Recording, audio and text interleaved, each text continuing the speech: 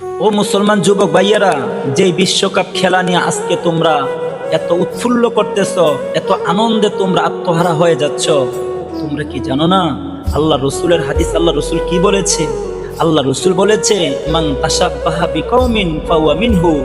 যেই ব্যক্তি দুনিয়ার মধ্যে যেই দলের অনুকরণ করবে, যেই লোকের অনুসরণ করবে, কিয়ামতের ময়দানে আল্লাহ তাআলা তাকে তার হাসর নাসর করবে ওই দলের অন্তর্ভুক্ত করে।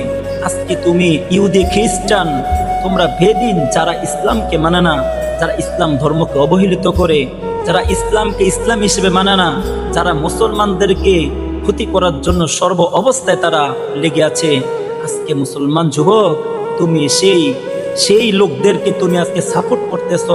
আজকে তুমি ফজর নামাজ পড়ার তোমার সময় হয় না, কিন্তু তুমি বিশ্বকাপ খেলা দেখার জন্য ভোর রাতে 4টা বাজে তুমি কিভাবে উঠে যাও?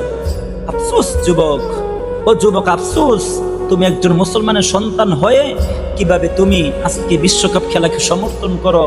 তুমি তোমার বাবা থেকে, তুমি তোমার মা থেকে কান্না করে জোর করে তুমি টাকা নিয়ে তাদের জার্সি কিনে তুমি পরিধান করতেছ।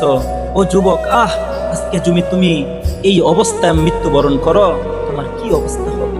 একটাবার কি তুমি চিন্তা করেছো?